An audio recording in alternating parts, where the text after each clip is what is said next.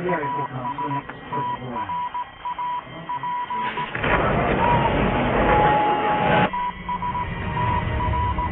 very good morning to you and welcome to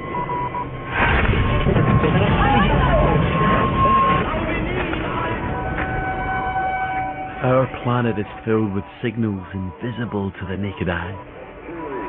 2, 1, 0. But space itself can be just as noisy.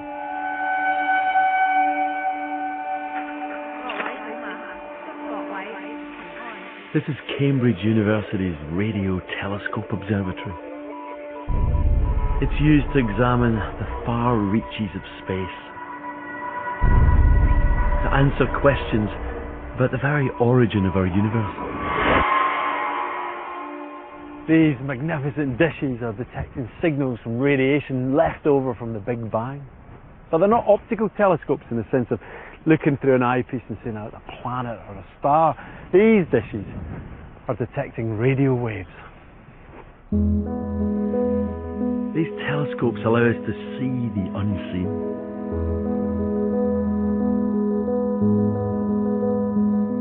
Extraordinary images like these are made possible thanks to radio waves, microwaves, and gamma rays. The thing is, all these waves are connected. They're all different types of something we call electromagnetic radiation. Visible light, the light that you and I can see, is just a tiny portion of this broader spectrum of waves. And we use waves to probe the outer reaches of our universe. But we use them for so much more. In fact, electromagnetic waves are at the heart of modern technology. We use them every day in everything from medicine to communications. There it is. There it is. Our mastery of these waves was made possible when one man published a set of equations in 1865. A man called James Clerk Maxwell. His name's barely known to the public, and yet he's probably the finest scientist Scotland's ever produced. And 150 years after his greatest discovery, I'm setting out to explore the story of the man and his work.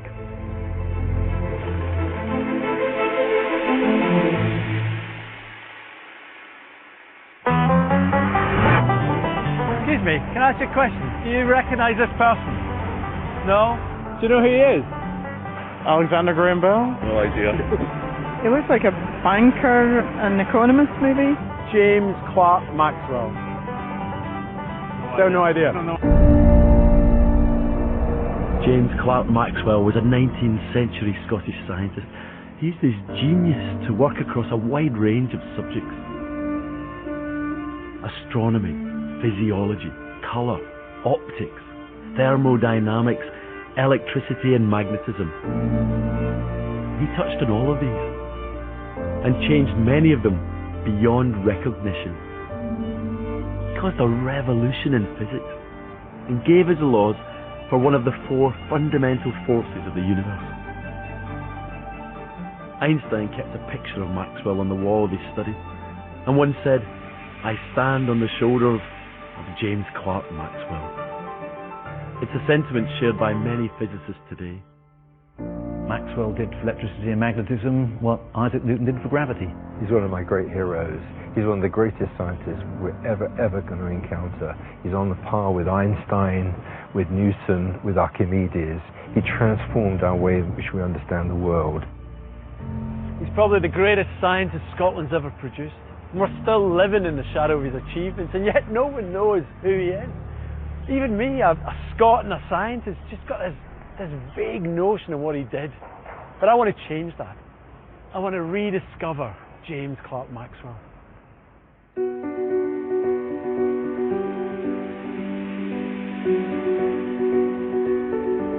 Born in Edinburgh in 1831, Maxwell was the only child in a landowning family from Galloway. The scientific revolution of the previous centuries was changing our view of the world, but modern science was still in its infancy. The 19th century would see groundbreaking discoveries. Maxwell would be at the heart of it, compelled by a probing mind.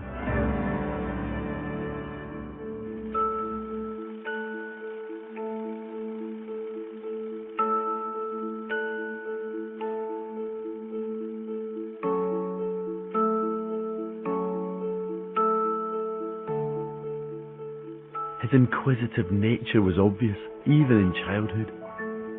When he was a boy, the zoetrope was a new invention, and the young Maxwell loved them. It's kind of hypnotic. In a sense, these are the forerunners of movies and television. You can imagine kids in the 19th century just being mesmerised by them. Most of them would have been happy just to sit back and enjoy the show, but Maxwell wanted to know how they worked.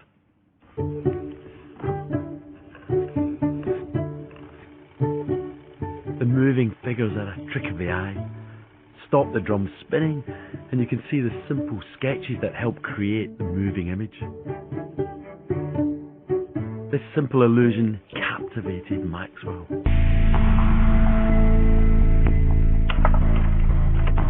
Saturn's rings, a vivid band surrounding one of our solar system's giant planets. We become accustomed to their beauty. But in previous centuries, they were an enigma.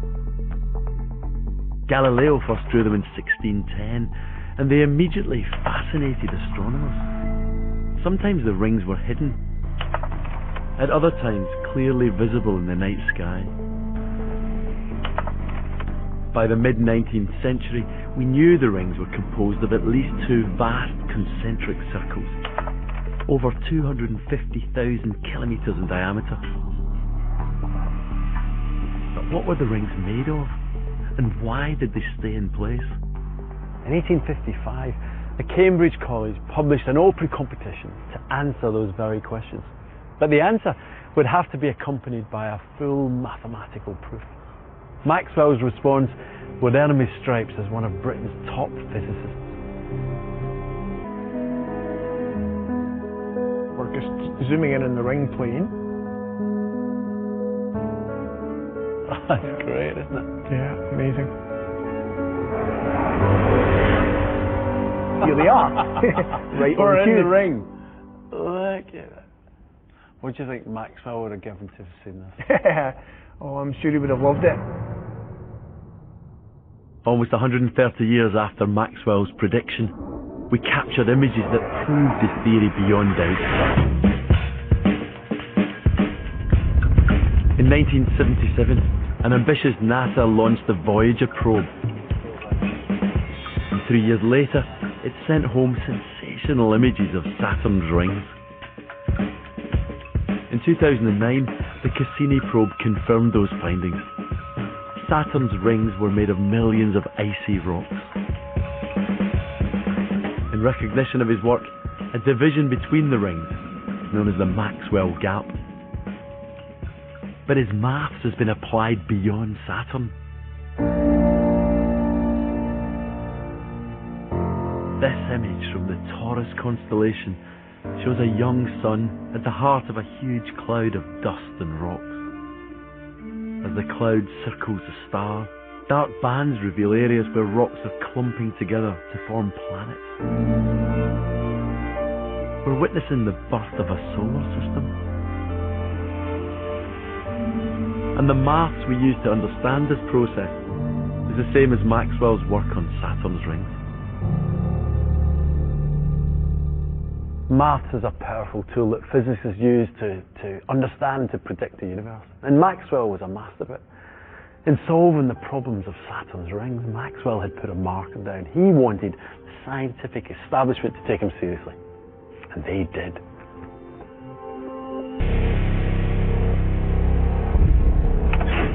Strange as it may seem, in Maxwell's time, we didn't really know what colour was, or why we saw colour at all. In the 17th century, Isaac Newton had given us food for thought. By using a prism, he had split sunlight into separate colours, the familiar colours of the rainbow. He showed that what we perceive as white light is actually a mixture of different colours. Newton said that every colour we see was the result of mixing the colours we see in the rainbow. He tried and failed to establish the rules of mixing. 150 years later, we weren't much wiser. Maxwell was interested in colour and why we perceive it throughout his life. And his first real breakthrough came as a Cambridge student. Artists seem to be ahead of scientists on this.